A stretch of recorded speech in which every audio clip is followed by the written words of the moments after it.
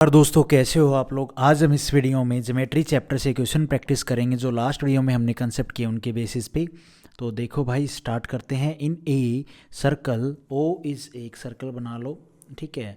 O is a centre of the circle, कोड A B and C D intersect at P point. कोड A B और C D है, यहाँ पे इसने नहीं बोला है कि सेंटर पॉइंट से जा रही है, नहीं, इंटरसेक्ट कर रही है कहाँ पे, एट पॉइंट पी।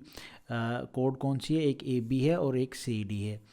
और ए ओ डी एंगल, ये सेंटर पॉइंट ओ है, ए ओ और डी ये जो एंगल है ना, ये डी पॉइंट है, ये जो एंगल है ए ओ डी, ये एंगल इसने बोला है 32 डिग्री। सी ओ बी ये एंगल बोला है कितना भाई, 26 डिग्री। और हमसे पूछा है कौन सा angle, the measure of angle A P, ये वाला एंगल ए पी डी क्या होगा। तो मैंने आपको बताया था लास्ट वीडियो में कंसेप्ट क्या होता है। जब इस तरह से आपको डाटा गिवन और ये कंडीशन गिवन हो तो मैंने इसका कंसेप्ट आपको बताया था।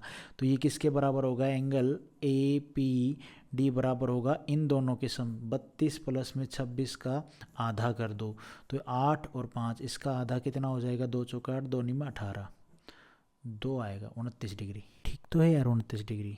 The measure of then the measure of angle lie between, तो लाई 29 किसके बीच में लाई करेगा, 26 और 30 के बीच में आता है भाई, और किसी के बीच में थोड़ी ना आता है। ये ऑप्शन हमारा यहाँ पे ठीक हो जाएगा। देखो कैसे कंफ्यूज कर रखा ऑप्शन में भी। The in the circle, okay, centre O है, टू कोड है ए बी और C D intersect at P point. If angle A O D ये वाला एंगल हमसे बोला है 100 डिग्री, प्लस में हो जाएगा एंगल बी ओ सी, ये एंगल बोला है 70 degree. Then A P C ये एंगल बताना है। ओके, अच्छा क्वेश्चन है। तो ए पी सी पूछा है या ए पी डी पूछा है, तो यहाँ से मैं एक काम करूँगा, ये एंगल निकाल के, ये पूरा एंगल कितना होता है 180 डिग्री, तो ये एंगल निकाल के माइनस कर दूंगा। हाँ, तो आप ये निकालोगे तो ये निकालने के लिए आपको एंगल किससे निकलेगा, इन दोनों का सब, मतलब ये इसके डाटा के हिसाब से कितना हो जाएगा, 100 प्लस में 70, 170 का आधा कितना हो जाएगा भाई, 2 8 16, 2 5 10, 85 डिग्री आ गया। अब हमसे ये एंगल पूछा था एक्चुअल में, ठीक है, ये वाला। तो ये डाटा अलग है इस क्वेश्चन के हिसाब से, कभी आप कंफ्यूज हो जाओ, इस क्वेश्चन के हिसाब से डाटा रख दो, बस सेम है, डायग्राम सेम बनेगा, डाटा अलग अलग है। यहाँ पे 100 आ जाएगा अपना बी ओ सी, ये अपना आ जाएगा 70 और ये 100।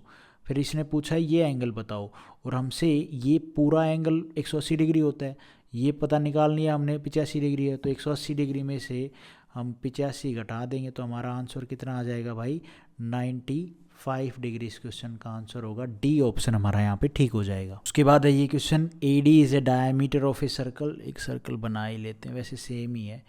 A D is an diameter of a circle, ये ए और डी, सेंटर ओ पॉइंट है तो सेंटर इसी पे होगा। कोड ए बी, ये ए डी है ना, ए बी एक कोड है, एन सी डी, ये कैसे बनेगा यार, ऐसे ही बना लो और क्या, ए बी ये कोड होगी, ये डी सी एक कोड होगी, ये एक पॉइंट पे मिलती हैं पी पॉइंट पे इनसाइड द सर्कल। और हमसे पूछा है, पूछा क्या बताया है, ए ओ सी ये एंगल हमसे बोला है, और भाई 65 डिग्री। और बी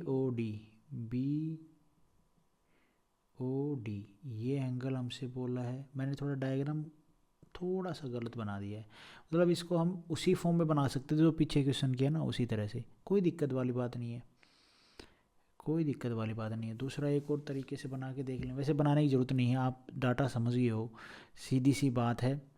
ये एक कोड है, इस कोड से तो नहीं, ये कोड नहीं, इस कोड को लो आप, एक ये कोड है, इस कोड से ये एंगल बन रहा है सेंटर पे, और इस कोड से हमारा ये एंगल बन रहा है सेंटर पे, और इसी कोड से अपना ये एंगल बन रहा है भाई ये वाला, और इसी कोड से ये वाला एंगल बन रहा है, कोई दिक्कत वाली बात नहीं है। तो हमसे एंगल क्या पूछा है, पी सी ये एंगल पूछा है। अरे वो कंसेप्ट तो वही हो गया ना, चीज़ तो वही होगी, बेशक ही कैसे पूछ ले। तो एंगल बी पी सी क्या होगा हमारे भाई, वो होगा 65 प्लस में 47 डिग्री, है ना, नहीं यार, ये तो कंफ्यूज हो गया मैं यहाँ पे भी। इस सेम कोड पे हमने ये एंगल ये पता है, तो इस सेम कोड पे ये एंगल हम सॉरी ये एंगल ठीक है निकाल सकते हैं, ये एंगल निकाल सकते हैं।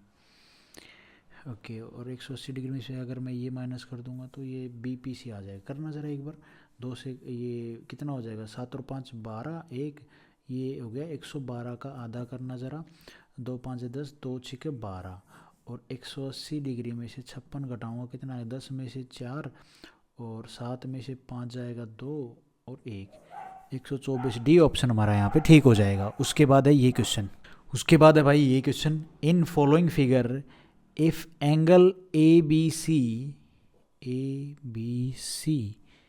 ये 90 है, 95 डिग्री है, आई ये 95 है मेरे भाई, 90 को लिख रखा है, इतना ही होना चाहिए, 90 है 95 है, देखते हैं 95 है ये। FED ये 115 डिग्री है, तो भाई ये तो क्या करें, what can we do guys, यहाँ पे ना कुछ तो करना पड़ेगा, अंतरम संतरम। इसको मिला लो ज़रा एक बार, जब हम इसको मिला लेंगे तो हमारे पास एक साइक्लिक क्वाड्रिलेटरल बन गया FABC, और साइक्लिक क्वाड्रिलेटरल में आमने सामने के जो एंगल होते हैं वो उनका सम जो होता है वो 180 डिग्री के बराबर होता है ना। तो भाई ये 95 है, तो ये एंगल कितना होगा, 180 में से 95 घटा देंगे 85 डिग्री, इसमें तो कोई ज़्यादा मसला नहीं है। अब और कौन सी लाइन खींचूँ, यहाँ पे अगर आप दूसरा देखो, एक और साइक्लिक क्वाड्रिलेटरल बन गया जब हमने लाइन ड्रॉ की, ADF बन गया। अब मैंने आपको क्या बताया, आमने सामने के जो एंगल होंगे उनका सम 180 डिग्री के बराबर होता है, तो ये 115 है, तो 180 डिग्री में से जब 115 घटाएंगे तो कितना बचेगा भाई, 65 डिग्री। ये 85 ये 65, पूछा है हमसे AP और C ये एंगल पूछा है, तो ट्रायंगल AFP को देखो, इसके ये जो इंटीरियर एंगल आए हैं इनका सम किसके बराबर होगा, इसके इस एक्सटीरियर एंगल के बराबर होगा। ये एक्सटीरियर एंगल किसके बराबर होगा, इसके अपोजिट जो इंटीरियर एंगल है उनके सम के बराबर होगा। तो 85 और 65 कितना हो जाएगा भाई, ज़रा करना, 80 और 60 कितना हो जाएगा, 140, और 10 कितना हो जाएगा, 150, 150 इस क्वेश्चन का आंसर होगा। एंगल P कितना आ गया, 150 डिग्री। B ऑप्शन हमारा यहाँ पे ठीक हो जाएगा। उसके बाद है ये क्वेश्चन, और इस क्वेश्चन को करने से पहले मैं आपको एक कंसेप्ट बता देता हूँ ताकि आप लोगों के लिए इजी हो जाए।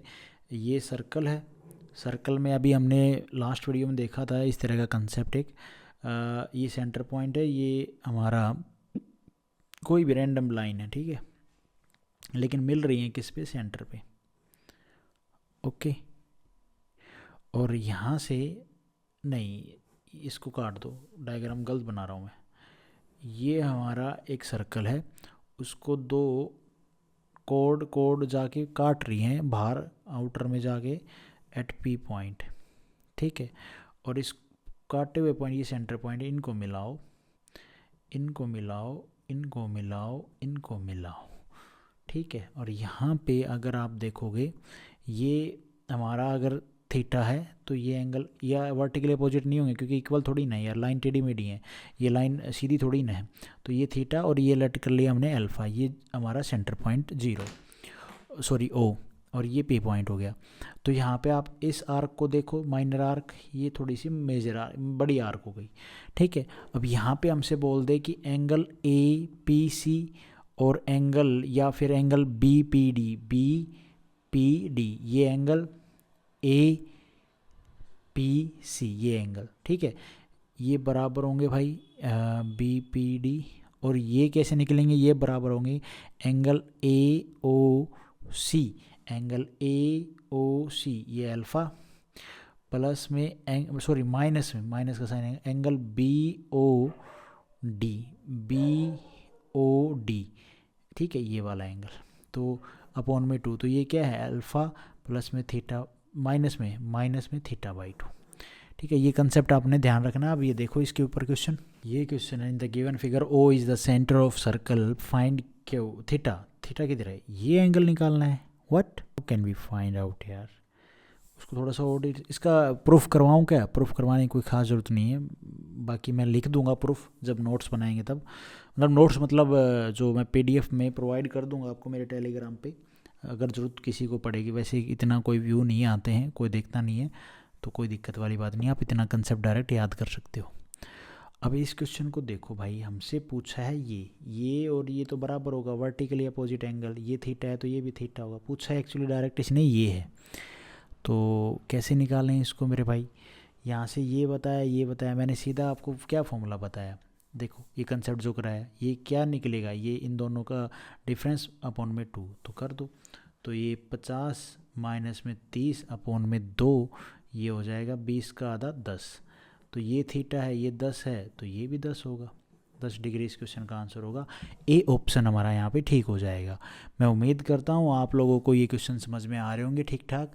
और आज हम इस वीडियो में गाइज क्वेश्चन इतने ही करते हैं, क्योंकि हर एक वीडियो में मैं सिर्फ 5 क्वेश्चन कराता हूँ, अभी वीडियो बड़ी नहीं बनाते हैं। और हर वीडियो के एंड में कुछ जीएस पोर्शन का हम रिवीजन करते हैं। तो देखो आज के जो क्वेश्चन है एमसीक्यू, तो भाई पहला एमसीक्यू है हमारा नाखोली। आप एक बात बताओ, नाखोली है क्या? अगर किसी भाई ने मॉडर्न हिस्ट्री पढ़ी होगी तो जब आप 1946 के आसपास आप देखोगे तो नाखोली का नाम आता है।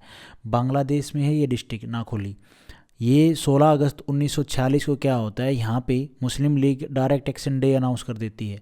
तो इस दिन को कलकत्ता में क्या है, इस दिन को 16 अगस्त को कलकत्ता किलिंग ग्रेट भी बोला जाता है। मुस्लिम लीग ने क्या किया था, इस चीज़ को डायरेक्ट एक्शन डे को फॉरवर्ड कर दिया। उन्होंने बोला कि भैया हमें हमारा दूसरा देश तो मिलेगा नहीं, तो ये जो इस बहाने से आप कह सकते हो यहाँ पे सबसे ज़्यादा किलिंग की गई नाखोली में। ये जो डिस्ट्रिक्ट है बांग्लादेश में, जो ये डिस्ट्रिक्ट है यहाँ पे, तो ये नाखोली कहाँ पे सिचुएटेड है, बांग्लादेश में। ये आपने ध्यान रखना है, मॉडर्न हिस्ट्री से रिलेटेड है। महात्मा गांधी पहली बार अरेस्ट कब हुए? अरेस्ट तो वे 1930 में भी हुए थे, साल्ट सत्याग्रह जब चल रहा था तब। लेकिन पहली बार कब अरेस्ट हुए थे ये तो बाद में है।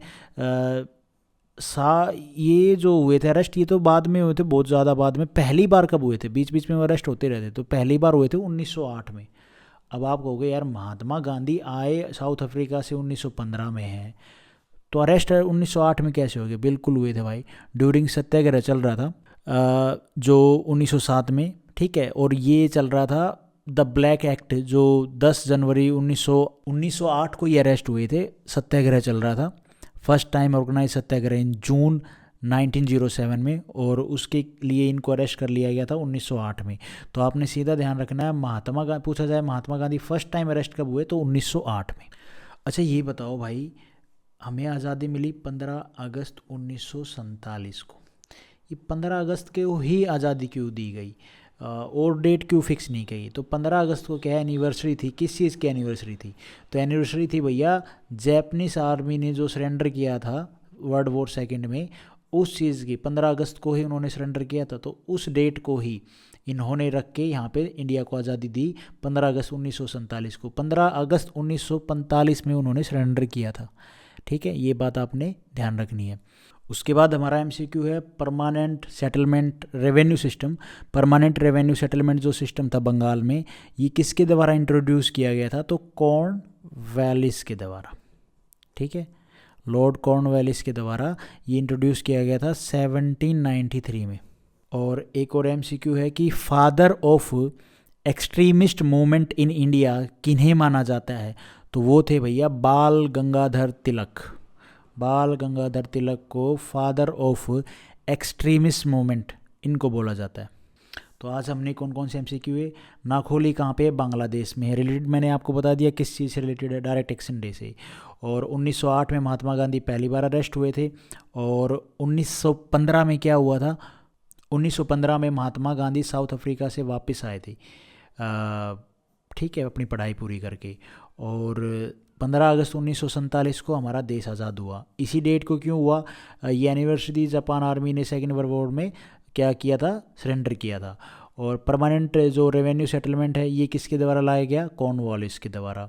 कब इंट्रोड्यूस किया गया था? इंट्रोड्यूस और लगाना अलग बात होती है। इंट्रोड्यूस किया गया था 1793 में। और जो एक्सट्रीमिस्ट और मॉडरेट थे, उनमें एक्सट्रीमिस्ट जो मूवमेंट करते थे उनको किसके मतलब उनका फादर कौन था, किस चीज़, किन को मतलब कह सकते हो आप, किन से मोटिवेट होकर वो काम करते थे? तो फादर बोला जाता है, the father of extremist movement के फादर किन्हें कहा जाता है? बाल गंगाधर तिलक को। तो गाइज आज हम इस वीडियो में इतना ही करते हैं। Thank you so much. Video आपको ठीक लगी तो लाइक करना, चैनल पर नए हो तो सब्सक्राइब करना।